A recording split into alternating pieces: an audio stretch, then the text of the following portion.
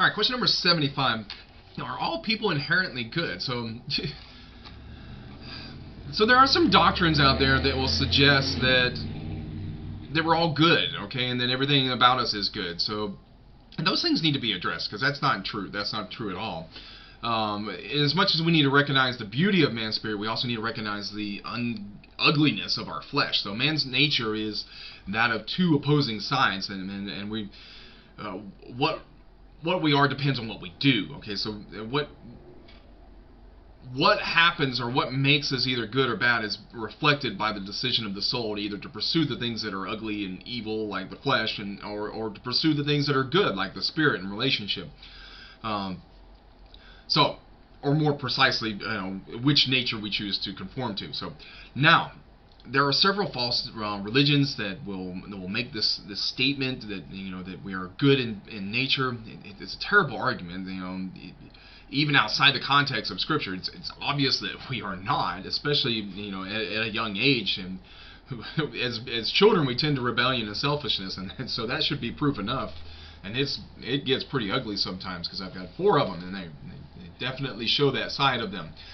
Such behavior suggests that part of our nature is definitely not good, but at the same time, I believe that it is important to argue that there is an innocence to us, and as also from a young age that qualifies as good. My kids are incredibly loving, in their personality. They cling to you, and they engage in you relationally, and so that's a good thing, and that's a part of us that is certainly good. So that's why we have this discussion about man's flesh versus his spirit. So the point is that there is a capacity in us to do both good and evil, and that's partly because we're drawn to the deceptions that cater to our worldly desires. So, for example, everyone knows that murder is evil. Okay, so that's part of everyone's intrinsic moral value system. However, killing an animal is not. So we don't normally find, unless you're talking about someone who's anti, or they're some kind of vegetarian that doesn't want to eat meat or see meat being killed.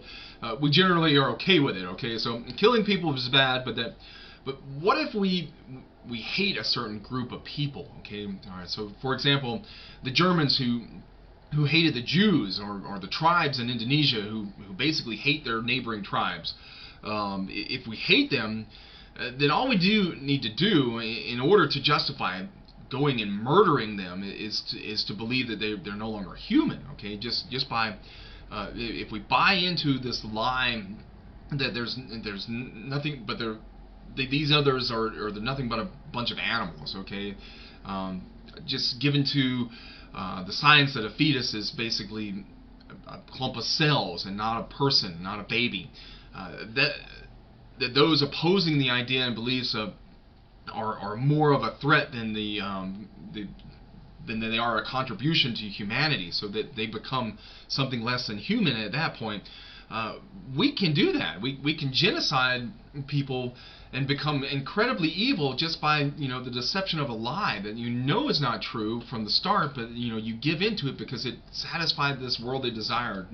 Okay, evil becomes easy. Okay, even from the most seemingly innocent of individuals, we have the problem of reading history from a perspective of this hero concept. Okay, that we would never do what they did in Germany, or that we would never just choose to kill people because we find them as less than human.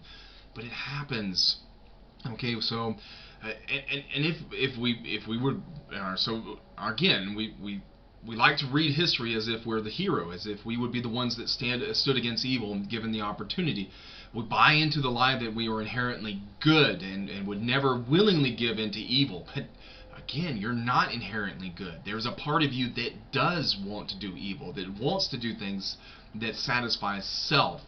To eliminating someone for the self-interest is a part of your flesh. It's a terrible reality. It's horrific in all its possibilities, but you're going to have to grasp it, because you don't need to sit there and think that you're not capable of it, because you are. Okay, but we have no power, or we have no idea of how powerful that lie can or what it can cause in us, especially when it gives us what we want. So a lie by itself will never work on us, but a lie mixed with some desire, and yeah, it's pretty dang effective. Because of our nature, we're far more capable of evil than we even know. The atrocities done by the Germans during World War II were not done by homicidal maniacs. They were done by common folks like teachers and policemen.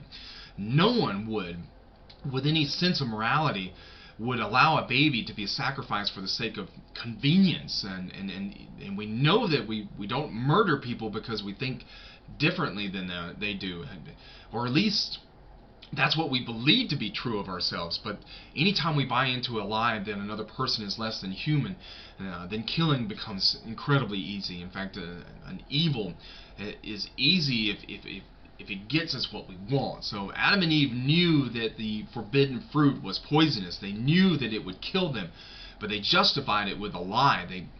The idea that they could essentially become like God. Bad ideas are generally easy to control, but under the spell of a lie, those desires can bring out the worst in us. And there's a reason Jesus calls himself the truth, okay? John chapter 14 verse 6 it's because you got to stay close to him, and it means that we can keep our potential for evil at bay through being in and near the presence of Jesus, which is near the truth, so that he's the one that stays off the lie. The more we focus on him, the more we keep those lies from mixing with our personal desires and allowing for the evil to come out of us. So I hope this helps. I love you guys. I'll see you in the next question.